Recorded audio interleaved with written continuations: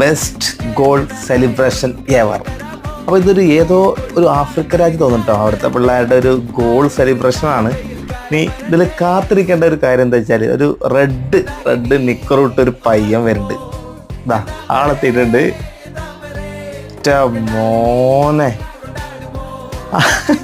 അതിൽ നോക്കിയേ ഫുള്ള് ആ കയ്യും കാലൊക്കെ തിരിഞ്ഞു പോവും. അമ്മാര് കറക്കണത്.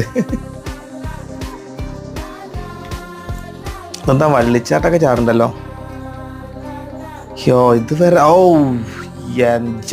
ത്രോ. എന്നിട്ട് ആ ചെക്കന് ഒരു കുഴപ്പമില്ല കേട്ടോ. എന്താ ഡാൻസ്.